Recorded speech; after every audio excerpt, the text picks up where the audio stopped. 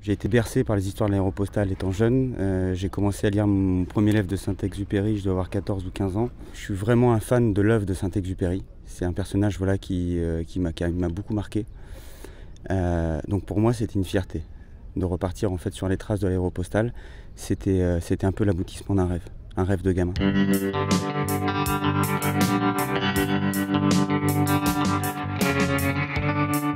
Je crois qu'on a tous relu avant de partir voilà, les livres qui nous ont bercés, qui nous ont donné à tous l'envie de faire de l'avion, je pense. Et puis dans cet esprit-là du raid, c'est-à-dire l'avion pour relier les hommes. Et c'est ces images-là et ces pensées qu'on a quand on est au-dessus du désert. Donc en plus, avec un avion qui marche très bien, mais qui date de 57, donc qui est le plus proche, je dirais, de toute la flotte du raid, le plus proche de ceux de l'Aéropostale. Rien ne nous empêche à nous de penser, quand on est dans cet avion-là, à tout ce qui pouvait vivre. On a l'avantage de pouvoir ouvrir la fenêtre à l'arrière, que vous prenez le vent dans la figure, du vent chaud. Moi, je faisais exprès de me mettre près de cette fenêtre-là pour sentir ça. Donc avec le vent qui vous fouette un peu le visage, avec ce désert-là qui défile, et on a la chance d'avoir un moteur très fiable.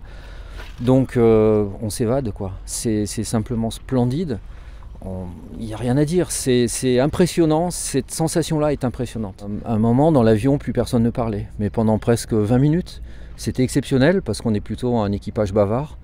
Et tout le monde était dehors à contempler voilà, le Sahara, les dunes changeantes en permanence. Et avec le broussard, on a la chance exceptionnelle, c'est d'arriver en retard. C'est-à-dire qu'on est l'avion le plus lent, donc on part souvent les premiers, on arrive les derniers, donc c'est une contrainte physique pour nous.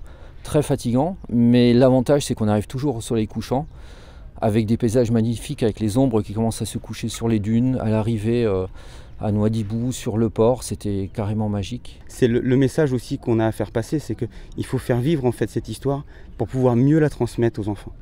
Et ce qui est génial, c'est quand vous voyez en fait aujourd'hui au sein du raid de la TECOR le nombre de jeunes pilotes qui sont ici.